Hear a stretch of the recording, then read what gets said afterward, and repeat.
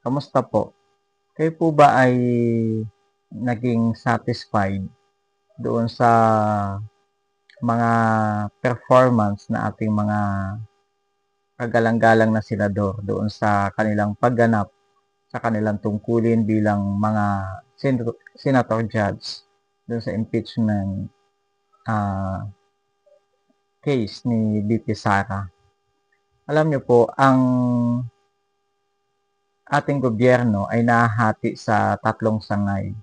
Meron tayong judiciary, at yan ay naandyan yung ating mga husgado na siyang humuhusga o tagapag-interpret ng ating mga batas. Naandyan din ang legislature, at yan ay kinabibilangan nga ng Senado at ng mababang kapulungan o ng Kongreso. At naandyan din ang executive department sa pangunguna ng ating Pangulo. So, yan yung tatlong sangay ng ating gobyerno kung saan ay mayroon tayong tinatawag na check and balance, no? Ang executive department, kapag nagkamali sila ng kanilang pagganap, po pwede siyang i-check ng ating judiciary. Katulad halimbawa doon sa pag-implement o doon sa ating GAA, sa General Appropriation Act, kung saan kino-question ng ilang mga mambabatas at ng ilang mga private citizen yung legality nung implementasyon ng ating GAA 2025. So, yun yung check and balance, no?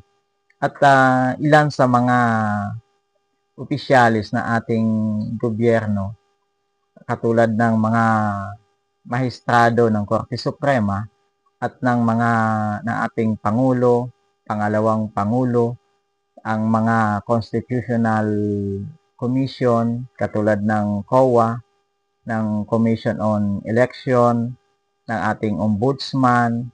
So sila ay mga tinatawag natin mga impeachable officials, no? At sila ay pwede lamang matanggal sa kanilang pwesto kapag dumaan sila sa isang impeachment trial. So yun ang isa sa mga magandang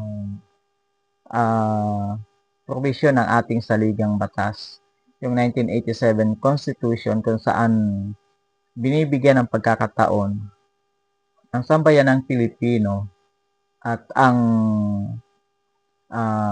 bawat branch ng ating government na i-check o magkaroon ng check and balance sa pamamagitan ng hahain ng impeachment trial doon sa mga impeachable officials. Ang mga mahistrado ng Korte Suprema halimbawa, sila ay hindi pwedeng sampahan ng kaso kahit na mayroon silang mga ginawang hindi mabuti o labag sa batas. Ganon din ang ating Pangulo. O kaya naman ay yung ilang mga constitutional commission natin ay hindi basta-basta maaalis sa pwesto kapag hindi dumaan dyan sa proseso ng impeachment. Ang impeachment ay sandata ng mga sambayan ng Pilipino para nang sa ganon ay magkaroon o ng accountability ang mga public officials natin, katulad halimbawa ng ating Pangulo at ng ating pangalawang Pangulo.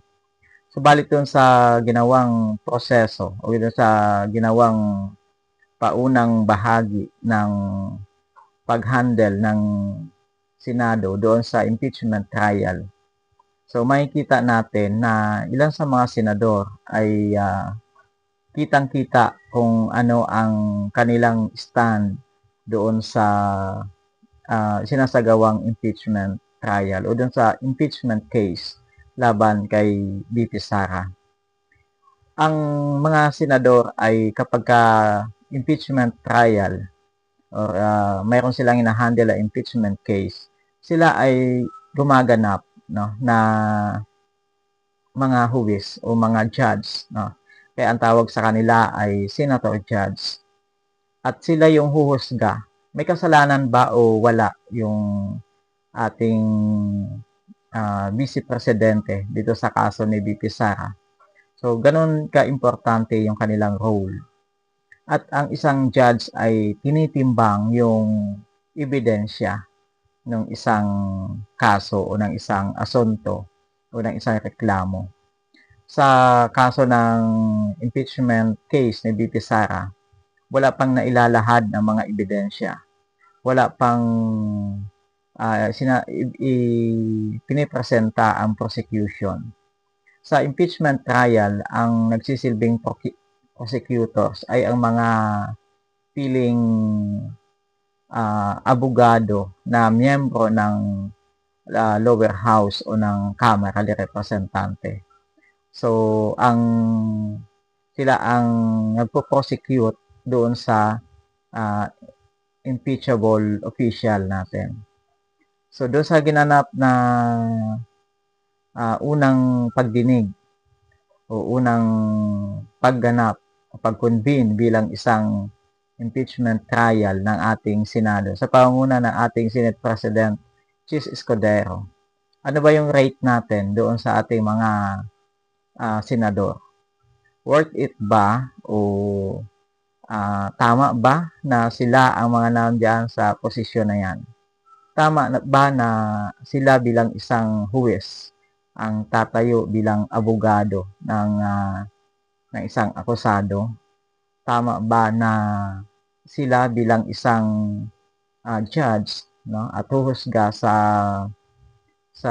naturang kaso ay magbibigay na ng kanilang stand o kanilang hatol habang hindi pa na ipapakita o na ipipresenta yung mga ebidensya, no. Tatandaan natin na ang impeachment case kay VP Sara ay kinapapalooban ng 7 reklamo o 7 asunto na bumubuo dyan sa impeachment case. At isa dyan ay ang graft and corruption na allegedly ay may mga unexplained o hindi maipaliwanag na paggastos doon sa confidential fund sa Office of the Vice President at sa DepEd, no. So, madaming mga kahinahinala na mga transaksyon. Then, kabilang din dyan yung mga pagbabanta doon sa ilang mga leader natin na kanyang papatayin. So, madami pang mga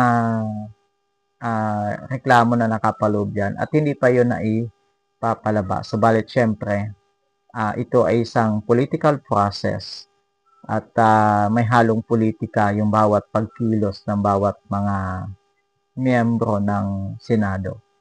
Pero, dapat ang isang huwis o isang judge ay impartial at kabilib-bilib yung paninindigan nila Will Gatchalian, no, na ito ay premature na i-dismiss at dapat ay madinig yung side ng prosecution at ng depensa. At yun din dapat ang hihingiin ng mga mamamayang Pilipino, ang malaman ko ano ang totoo sa pamamagitan ng pagpresenta ng mga ebidensya sa naturang kaso.